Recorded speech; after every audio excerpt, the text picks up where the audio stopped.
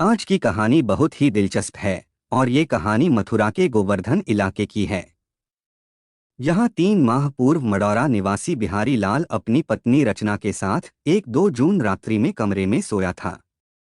सुबह जब बिहारी की आंख खुली तो पत्नी गायब थी और उस चारपाई पर नागिन बैठी मिली।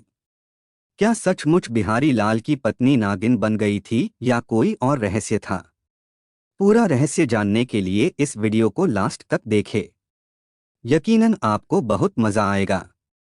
क्या था पूरा मामला, आइए जानते हैं सब कुछ विस्तार से इस वीडियो में। नमस्कार मेरे प्यारे भाइयों और बहनों, मैं विवेक कुमार।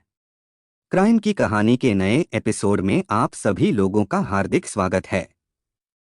कहानी में आगे बढ़ने से पहले कृपया क्राइम की कहानी चैनल को सब्सक्राइब कर बेल आइकन जरूर दबा लें ताकि मेरे हर वीडियो का नोटिफिकेशन आपको मिलता रहे। तो चलिए आज की कहानी शुरू करते हैं। उत्तर प्रदेश के जिला मथुरा के थाना छाता के गांव मांगरौली के रहने वाले हाकिम सिंह की 3 बेटियों में रचना सिंह दूसरे नंबर की थी। वह थोड़ा चंचल स्वभाव की थी, इसलिए हर समय घर की रौनक बनी रहती थी। लेकिन अब उसकी यही चंचलता माँ बाप को परेशान करने लगी थी, क्योंकि वह जवान हो चुकी थी। बड़ी बेटी की शादी करने के बाद हाकिम सिंह रचना की शादी के बारे में सोचने लगे थे। लेकिन रचना ने यह कहकर शादी से मना कर दिया कि वह पढ़ना चाहती है। चूंकि वह पढ़ने में ठीक ठाक थी, इसलिए हाकिम सिंह ने सोचा कि अगर बेटी पढ़ना चाहती है तो इसमें बुराई क्या है। रचना गांव की लड़कियों में सबसे ज्यादा खूबसूरत थी। वह बन सवर कर तो रहती ही थी, उसे अपनी खूबसूरती पर गुरूर भी था, इसलिए वह सपने भी अपने ही जैसे खूबसूरत साथी के देखती थी। हाकिम सिंह के पड़ोस में ही राम सिंह का घर था। राम सिंह उसी की जाति बिरादरी का था, इसलिए दोनों परिवारों में खूब पटती थी। इसी वजह से एक दूसरे के यहाँ आना जाना भी खूब था। राम सिंह की ससुराल मथुरा के ही थाना शेरगढ़ के गांव रामहेरा में थी। उनके साले का बेटा रामेश्वर उनके यहाँ खूब आता जाता था। वह जब भी आता बुआ के यहाँ कई कई दिनों तक रुकता था। रामेश्वर शक्ल सूरत से तो ठीक ठाक था ही, कद काठी से भी मजबूत था। बातें भी वह बड़ी मजेदार करता था। बुआ के यहाँ आने जाने और कई कई दिनों तक रहने की वजह से रचना से भी उसकी अच्छी खासी जान पहचान हो गई थी। दोनों में बातें भी खूब होने लगी थी। अपनी लच्छेदार बातों से रामेश्वर रचना को धीरे धीरे अपनी ओर आकर्षित करने की कोशिश करने लगा था। कुछ ही दिनों में रचना को लगने लगा कि वह जैसा साथी चाहती है, रामेश्वर बिल्कुल वैसा ही है। दिल में यह ख्याल आते ही उसके मन में रामेश्वर से मिलने की बेचैनी होने लगी। इसका नतीजा यह हुआ कि रामेश्वर जब भी आता था, रचना ज्यादा से ज्यादा समय राम सिंह के घर ही बिताती थी। रामेश्वर बेवकूफ नहीं था कि वह रचना के दिल की बात नहीं भांप पाता। रचना के मन में उसके लिए क्या है, इस बात का एहसास होते ही रामेश्वर फूला नहीं समाया। बात ही ऐसी थी। रचना जैसी खूबसूरत लड़की के मन में उसके प्रति चाहत जागना सामान्य बात नहीं थी। उसकी जगह कोई भी होता, उसका भी यही हाल होता। रचना के मन में उसके लिए क्या है, इस बात का एहसास होने के बाद भला रामेश्वर ही क्यों पीछे रहता। वह भी अपनी चाहत व्यक्त करने की कोशिश करने लगा। यह बात चूंकि किसी के सामने कही नहीं जा सकती थी, इसलिए वह मौके की तलाश में रहने लगा। रामेश्वर की यह तलाश जल्दी ही पूरी हो गई। एक दिन वह बुआ के घर जा रहा था, तभी रास्ते में रचना मिल गई। उस समय वह स्कूल से आ रही थी। रामेश्वर को तो जैसे मुंह मांगी मुराद मिल गई, क्योंकि उसके मिलते ही रचना ने सहेलियों का साथ छोड़ दिया था। वह रामेश्वर से बातें करने में इस तरह तल्लीन हो गई कि उसकी सारी सहेलियां उससे काफी आगे निकल गईं। रामेश्वर को ऐसे ही मौके की तलाश थी। उसने मौका देखकर दिल की बात कह दिया। रचना ने पहले से ही इरादा बना रखा था, इसलिए उसे हामी भरते देर नहीं लगी। इस तरह उन दोनों की मोहब्बत की बुनियाद रखी गई, तो धीरे धीरे उस पर प्यार की दीवारें भी खड़ी होने लगीं। लेकिन उनके प्यार की इमारत तैयार होती उसके पहले ही लोगों को उन पर शक होने लगा। इसकी वजह यह थी कि रचना को लगता था कि वह जो कर रही है किसी को पता नहीं है। वह बेखौफ होती गई। उसका बेखौफ होना ही उसके प्यार की चुगली कर गया। रामेश्वर से मिलना जुलना, हंसना खिलखिलाना तमाम लोगों की नज़रों में आया तो उसकी इन्हीं हरकतों से उसकी माँ को भी संदेह हो गया। संदेह हुआ तो रामवती रचना पर नज़र रखने लगी। जल्दी ही उसे पता चल गया कि रचना का पड़ोसी राम सिंह के रिश्तेदार रामेश्वर से कुछ ज्यादा ही मिलना जुलना होता है। रामवती के लिए यह चिंता की बात थी। उससे भी ज्यादा चिंता की बात यह थी कि बिटिया पढ़ी लिखी होने के साथ साथ बालिग भी हो चुकी थी। अगर वह कोई उल्टा सीधा कदम उठा लेती तो उनके पास तमाशा देखने के अलावा दूसरा कोई उपाय नहीं था। इसलिए उसने हाकिम सिंह से पूरी बात बताकर जल्दी से जल्दी रचना के लिए घर वर ढूंढने को कहा। बेटी की इस हरकत के बारे में जानकर हाकिम सिंह हैरान रह गया। जिस बेटी को उसने हमेशा पलकों पर बैठाए रखा, वही उसकी इज्जत का जनाजा निकालने पर तुली थी। हाकिम सिंह ने पत्नी की बातें सुन तो ली थीं, लेकिन उसे विश्वास नहीं हुआ था कि रचना ऐसा कर सकती है। सच्चाई जानने के लिए उन्होंने रचना से पूछा तो वह साफ मुकर गई। उसने कहा कि उसका रामेश्वर से कोई लेना देना नहीं है। रचना ने भले ही झूठ बोलकर बाप को संतुष्ट कर दिया था, लेकिन हाकिम सिंह को अब रामेश्वर खटकने लगा था। उसने राम सिंह से बात किया। रामेश्वर भले ही रिश्तेदार था, लेकिन हाकिम सिंह पड़ोसी ही नहीं था, बल्कि जाति बिरादरी का भी था। बात गांव और परिवार की इज्जत की थी, इसलिए उसने रामेश्वर को काफी डांटा फटकारा। उसने उससे यहाँ तक कह दिया कि वह उसके घर तभी आए जब कोई बहुत जरूरी काम पड़ जाए। रचना पर भी सख्ती की जाने लगी, जिससे रामेश्वर से उसका मिलना जुलना नामुमकिन सा हो गया। बंदिशों से प्यार कम होने के बजाय बढ़ता ही है। रचना और रामेश्वर का प्यार बढ़ा जरूर, लेकिन वे कुछ कर पाते उसके पहले ही राम सिंह की मदद से हाकिम सिंह ने रचना की शादी मथुरा के ही थाना गोवर्धन के गांव मडौरा के रहने वाले पति राम के बेटे बिहारी लाल से तय कर दिया। दरअसल पति राम की बेटी राम सिंह की सलहज थी। इसी रिश्ते की वजह से राम सिंह ने यह शादी तय करा दी थी। पति राम का खाता पीता परिवार था। उसके 3 बेटे थे, मोहर सिंह, बिहारी सिंह और रोहतान सिंह। पति राम के पास खेती की जो जमीन थी, उस पर पति राम और उसके बेटे मेहनत से खेती करते थे, इसलिए घर परिवार में खुशी और समृद्धि थी। जब रचना को पता चला कि घर वालों ने उसकी शादी तय कर दी है, तो उसने तुरंत रामेश्वर को फोन किया। प्रेमिका की शादी तय हो जाने की बात सुनकर वह बेचैन हो उठा। वह रचना से शादी तो करना चाहता था, लेकिन उसकी मजबूरी यह थी कि अभी वह बेरोजगार था। उसके पास इतना पैसा भी नहीं था कि वह रचना को भगा ले जाता। इसलिए उसने मजबूरी जाहिर करते हुए पूछा, रचना, तुम्हारी शादी कहाँ तय हुई है? रचना तुनक कर बोली, जब तुम कुछ कर नहीं सकते तो यह जानकर क्या करोगे? रामेश्वर ने रचना को सांत्वना देते हुए कहा, भले ही अभी कुछ नहीं कर पा रहा हूँ, लेकिन हमारे हालात हमेशा ऐसे ही थोड़े रहेंगे। जब सब ठीक ठाक हो जाएगा तब तो कुछ कर सकेंगे।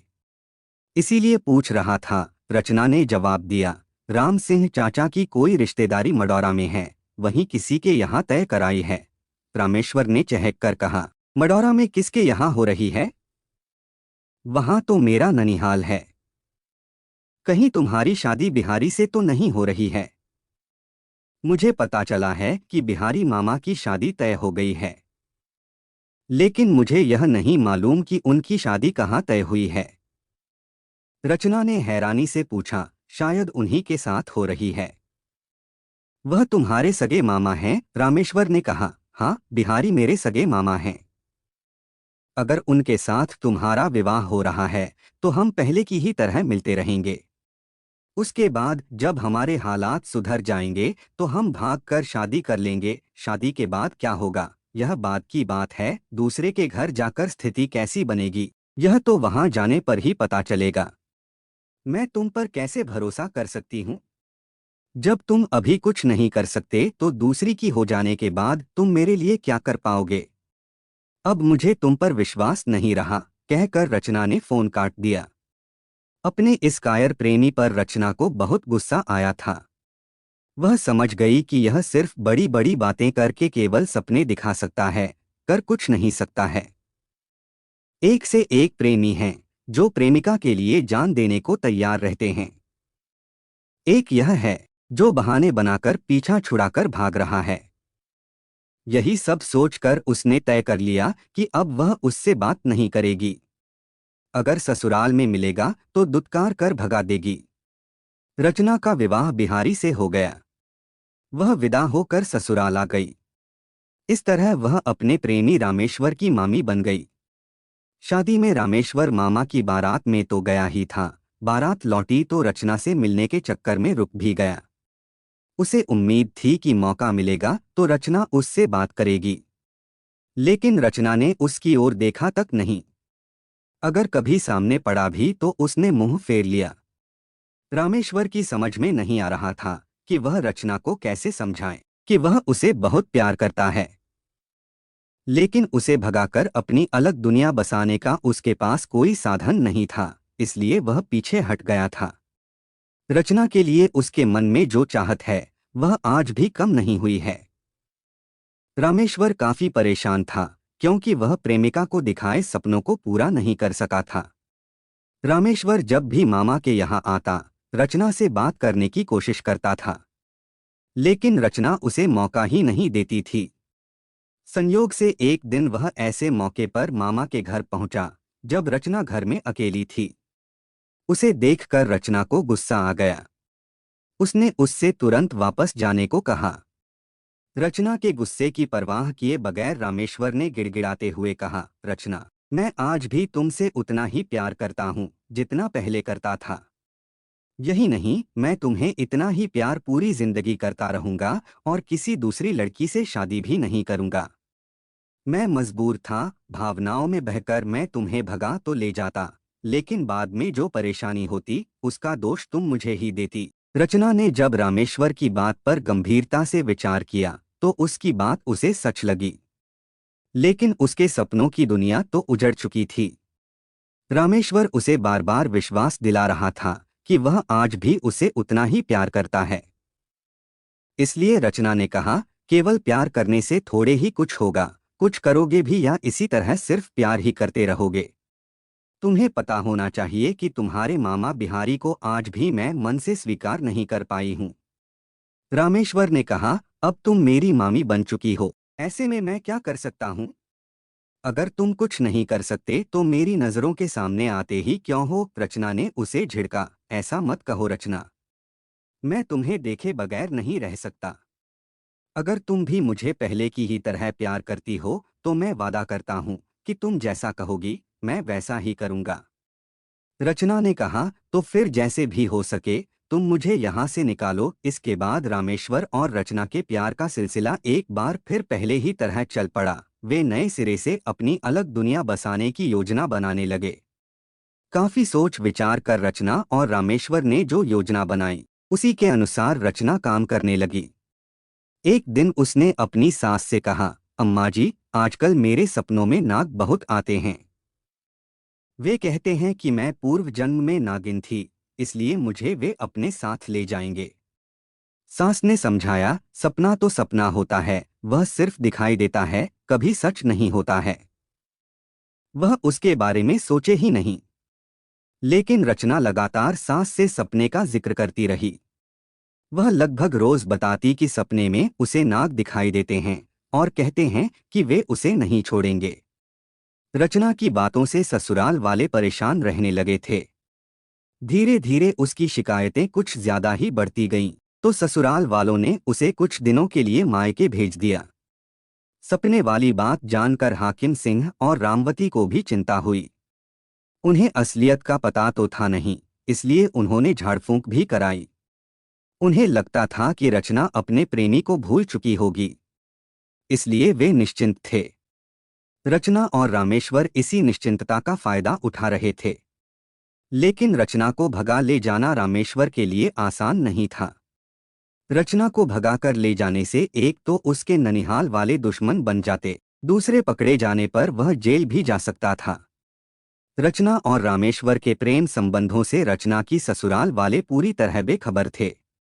वे मामी भांजे के इस संबंध के बारे में सोच भी नहीं सकते थे। रचना और रामेश्वर ने एक होने की जो योजना बनाई थी, धीरे धीरे वह सफलता की ओर बढ़ रही थी। रचना ससुराल वालों को लगातार यह विश्वास दिलाने की कोशिश कर रही थी कि वह पूर्व जन्म में नागिन थी, इसलिए नाग उसके सपनों में आते हैं। रचना जल्दी से जल्दी रामेश्वर के साथ कहीं दूर निकल जाना चाहती थी। वह हमेशा इसी उधेड़बुन में लगी रहती थी, इसलिए उसका किसी काम में मन नहीं लगता था। उसके इस रवैये से परेशान होकर अक्सर सास बिहारी से शिकायत करती थी। तब बिहारी रचना को डांटता था, लेकिन रचना पर इस सब का कोई असर नहीं हो रहा था। रचना की सास देखती थी कि जब भी उसका नवासा रामेश्वर घर आता है, वह रचना के आगे पीछे ही घूमता रहता है। यह बात उसे अच्छी नहीं लगती थी, इसलिए एक दिन उसने टोका, रामेश्वर, तू कोई काम धंधा क्यों नहीं करता? इधर उधर बेमतलब घूमता रहता है। रामेश्वर ने कहा, नानी, आप चिंता ना करें, एक दिन मैं ऐसा काम करूंगा कि आप हैरान रह जाएंगी। रचना और रामेश्वर की मुलाकातें चोरी छिपे होती थीं, लेकिन उनके बात व्यवहार, हाव भाव और हरकतों से घर वालों को संदेह होने लगा था। इसके बावजूद कोई उन पर नजर नहीं रख रहा था। सभी को लगता था कि दोनों हम उम्र हैं और उनका हंसी मजाक का रिश्ता है, इसलिए थोड़ा खुल गए हैं। लेकिन एक दिन दोपहर में बिहारी ने रचना और रामेश्वर को जिस हालत में देखा, वह हैरान करने वाला था। रचना रामेश्वर की बाहों में समाई थी। संदेह तो पहले से ही था। उस दिन अपनी आंखों से पत्नी को भांजे की बाहों में देखकर बिहारी के शरीर में आग लग गई। वह रामेश्वर की ओर लपका, लेकिन वह भाग खड़ा हुआ। इसके बाद बिहारी ने अपना सारा गुस्सा रचना पर उतार दिया। पति के पिटने के बाद रचना के प्यार का जुनून कम होने के बजाय पहले से ज्यादा बढ़ गया।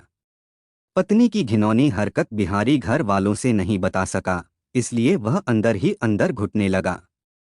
इसका नतीजा यह निकला कि वह बात बात में रचना की पिटाई करने लगा। दोनों के बीच एक दरार पैदा हो गई, जो दिनों दिन चौड़ी होती जा रही थी। एक दिन ऐसा भी आ गया जब परेशान होकर रचना अपने मायके चली गई। रचना के मायके जाने से पति पत्नी के बीच पैदा हुए तनाव की जानकारी बिहारी के घर वालों को तो हो ही गई, ससुराल वालों को भी हो गई थी। सभी ने सोचा कि कुछ दिनों में सब ठीक हो जाएगा, लेकिन हाकिम सिंह की परेशानी तब बढ़ गई जब कई महीने बीत जाने के बाद भी रचना को कोई विदा कराने नहीं आया। उन्होंने समधी को फोन किया तो पति राम ने कहा, परेशान मत होइए समधी जी, जल्दी ही मैं बहू को विदा कराने के लिए बिहारी को भेज रहा हूँ। पति राम ने अच्छी तरह बात की थी, इसलिए हाकिम सिंह को लगा कि चिंता की कोई बात नहीं है। जब सब ठीक ठाक है तो अगर उसकी ससुराल से कोई नहीं आता है तो वह स्वयं ही रचना को छोड़ आएगा। लेकिन उसे ऐसा नहीं करना पड़ा, क्योंकि पति राम ने अपने यहाँ देवी जागरण कराया। तो रचना का जेठ मोहर सिंह भांजे पूरन के साथ रचना को विदा कराने मांगरौली जा पहुंचा। रचना ससुराल जाना तो नहीं चाहती थी, लेकिन वह देख रही थी कि उसकी वजह से मम्मी पापा बहुत परेशान हैं, इसलिए वह मना नहीं कर सकी और जेठ के साथ ससुराल आ गई। रचना काफी दिनों बाद ससुराल आई थी, इसलिए सास ने उसे हाथों हाथ लिया। बिहारी को भी लगा कि अब रचना को अपनी गलती का एहसास हो गया होगा, इसलिए उसने भी उससे प्यार से बात किया।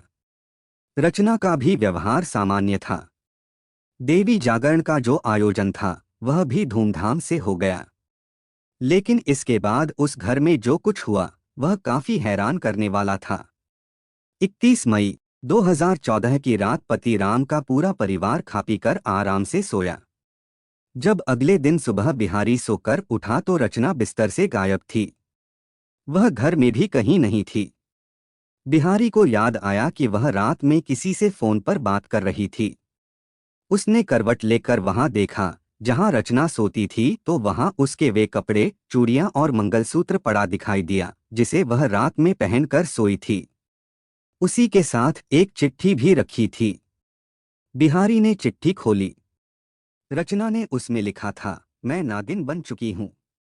सुबह मैं जिस हालत में मिलूं, मुझे जंगल में छोड़ दिया जाए। चिट्ठी पढ़कर बिहारी सन्न रह गया। उसने इधर उधर देखा तो कमरे में उसे एक काला सांप दिखाई दिया। वह चीखा तो पूरा घर इकट्ठा हो गया। उसने पूरी बात घर वालों को बताई तो सभी हैरान रह गए। कुछ ही देर में यह बात पूरे गांव में फैल गई। इसके बाद पूरा गांव पतिराम के घर इकट्ठा हो गया। पतिराम ने हाकिम सिंह को फोन किया कि उनकी बेटी रचना नागिन बन गई है। हाकिम सिंह भी हैरान रह गया। वह पत्नी रामवती को लेकर बेटी की ससुराल पहुंचा। पूरी हकीकत जानने के बाद वह उस नागिन को अपने साथ ले आया, जिसके बारे में बताया गया था कि सुबह यही कमरे में मिली थी। रचना के नागिन बन जाने की बात आसपास फैली तो दूर दूर से लोग उस नागिन को देखने हाकिम सिंह के घर आने लगे। उत्सुकतावश बगल के गांव के रहने वाले सपेरे, सोना और अमर भी नागिन को देखने हाकिम सिंह के घर आ पहुंचे। उन्होंने उस नागिन को देखा तो उन्होंने बताया कि यह नागिन नहीं बल्कि नाग है और इसकी जहर की थैली निकाल दी गई है, इसलिए यह किसी को काट नहीं रहा है। यह जानकर हाकिम सिंह को लगा कि रचना की ससुराल वालों ने उसकी बेटी को गायब करके अपने गुनाहों पर पर्दा डालने के लिए यह षड्यंत्र रचा है कि उसकी बेटी नागिन बन गई है। बात विश्वास करने लायक नहीं थी, इसलिए हाकिम सिंह ने थाना गोवर्धन जाकर रचना की ससुराल वालों के खिलाफ धारा 498, 506, 354 और 314 दहेज एक्ट के तहत मुकदमा दर्ज करा दिया। इंस्पेक्टर उदयराज सिंह भी नागिन वाली कहानी से हैरान थे। जब रचना की ससुराल वालों को पता चला कि हाकिम ने उनके खिलाफ रिपोर्ट दर्ज करा दी है तो वे परेशान हो उठे। इंस्पेक्टर उदयराज सिंह ने पतिराम के घर छापा मारा तो बाकी लोग तो फरार हो गए, लेकिन पतिराम और रोहतान उनकी पकड़ में आ गए। पिता और भाई के पकड़े जाने पर मोहर सिंह इंस्पेक्टर उदयराज सिंह से मिला। उसने उन्हें बताया कि जब वह अपने भांजे पूरन के साथ रचना को विदा कराकर ले आ रहा था तो रचना एक बैग लिए थी, उसमें उसने सफेद कपड़े लपेटकर कोई चीज रख रखी थी। उस बैग को उसने किसी को छूने नहीं दिया था। उस बैग को लाकर उसने घर की उस अलमारी में रख दिया था, जिसमें 3,000 रुपए और चांदी के कुछ गहने रखे थे। रचना के साथ साथ रुपए और गहने भी गायब हैं। मोहर सिंह की बात सुनकर इंस्पेक्टर उदयराज सिंह को यह सारा मामला रहस्यमय लगा, इसलिए रहस्य को उजागर करने की जिम्मेदारी उन्होंने एसएसआई शंभू सिंह को सौंप दिया। शंभू सिंह मामले की जांच शुरू करते उसके पहले ही बिहारी को पता चल गया कि जिस दिन से रचना गायब है उसी दिन से उसका भांजा रामेश्वर भी गायब है। बिहारी को रचना और रामेश्वर के संबंधों का पता था ही, इसलिए उसे लगा कि रचना रामेश्वर के साथ ही भाग गई है। उसने यह बात घर वालों को बताई तो घर वाले कुछ लोगों को लेकर रामेश्वर के घर पहुंचे। तब रामेश्वर के घर वालों ने साफ कह दिया कि अब वे लोग रचना को भूल जाएं। इससे साफ हो गया कि रचना रामेश्वर के साथ भागी थी। तब उन्होंने पूरी बात जांच अधिकारी शंभू सिंह को बताई तो उन्होंने अपनी जांच का केंद्र रामेश्वर को बना लिया। शंभू सिंह ने रामेश्वर का मोबाइल फोन सर्विलांस पर लगवा दिया। पता चला कि रामेश्वर घर वालों से लगातार बातें कर रहा है। इससे साफ हो गया कि रामेश्वर ने जो भी किया है वह घर वालों को पता है। सर्विलांस से पुलिस ने पता कर लिया कि रामेश्वर भोपाल में है। शंभू सिंह ने रामेश्वर के 2 भाइयों को तो हिरासत में ले ही लिया था। इंस्पेक्टर उदयराज सिंह ने एसआई चंद्रभान के नेतृत्व में 2 सिपाही तथा 1 महिला सिपाही पवित्रा शर्मा की टीम को भी भोपाल रवाना कर दिया। भोपाल में रामेश्वर और रचना कहाँ रह रहे हैं यह पता लगाने में उन्हें ज्यादा मेहनत नहीं करनी पड़ी। दरअसल रामेश्वर रचना के साथ जिस मकान में रह रहा था वह एक सिपाही ब्रिजेश कुमार का था। रचना की हरकतों से ब्रिजेश कुमार को संदेह हो गया था कि ये दोनों घर से भागे हुए हैं। कमरा किराए पर देते समय उसने रामेश्वर से उसके बारे में पूरी जानकारी ले ली थी, इसलिए उसने मथुरा पुलिस को उनके वहां होने की जानकारी दे दी थी। मथुरा से गई पुलिस टीम ने भोपाल पुलिस की मदद से सिपाही ब्रिजेश कुमार के घर छापा मारा। रामेश्वर तो भागने में सफल हो गया, लेकिन रचना को पुलिस ने पकड़ लिया। शायद रामेश्वर को संदेह हो गया था। 21 अक्टूबर 2014 को पुलिस रचना को थाना गोवर्धन ले आई। जब रचना के आने की जानकारी लोगों को हुई तो उसकी एक झलक पाने के लिए वहां भीड़ इकट्ठा हो गई। थाने में की गई पूछताछ में रचना ने रामेश्वर के साथ भागने की जो कहानी सुनाई वह इस प्रकार थी। रचना रामेश्वर से प्यार करती थी और उसी से शादी भी करना चाहती थी। लेकिन जब उसकी शादी बिहारी से हो गई तो उसने सोचा कि शायद उसके नसीब में बिहारी ही था। संयोग से बिहारी रामेश्वर का मामा था। शादी के बाद रचना ने सोचा था कि अब वह रामेश्वर से बात नहीं करेगी, लेकिन लगातार मिलते रहने की वजह से रामेश्वर ने उसके दिल में फिर वही जगह बना ली जो पहले थी। रामेश्वर और रचना को एक दूसरे से चिपके देखकर बिहारी पत्नी के साथ मारपीट करने लगा। परेशान होकर उसने रामेश्वर के साथ भाग जाने का फैसला कर लिया। पकड़े जाने के डर से उसने लोगों को भ्रमित करने के लिए नागिन बनने का ड्रामा रचा था। पूरी योजना बनाकर रामेश्वर ने एक संपेरे से नागिन खरीदी। उसे छोड़कर वे भाग गए। बाद में पता चला कि वह नागिन नहीं नाग है। उसी की वजह से बात पुलिस तक पहुंची। पूछताछ के बाद पुलिस ने रचना को अदालत में पेश किया, जहां मजिस्ट्रेट के सामने उसके बयान हुए। चूंकि उसने ऐसा कोई अपराध नहीं किया था कि उसे जेल भेजा जाता, इसलिए मजिस्ट्रेट के आदेश पर उसे माँ बाप के हवाले कर दिया गया। पुलिस को अब रामेश्वर की तलाश है। अब देखना यह है कि रचना की आगे की जिंदगी पति के साथ बीतती है या प्रेमी के साथ बीतती है। कहानी को लास्ट तक सुनने के लिए आपका धन्यवाद। इस कहानी के बारे में अपनी राय कमेंट करके ज़रूर बताइएगा और ऐसी ही अपराध की सच्ची कहानियों के लिए हमारे चैनल क्राइम की कहानी को सब्सक्राइब कर लीजिए। कहानी को लाइक और शेयर ज़रूर करें। धन्यवाद।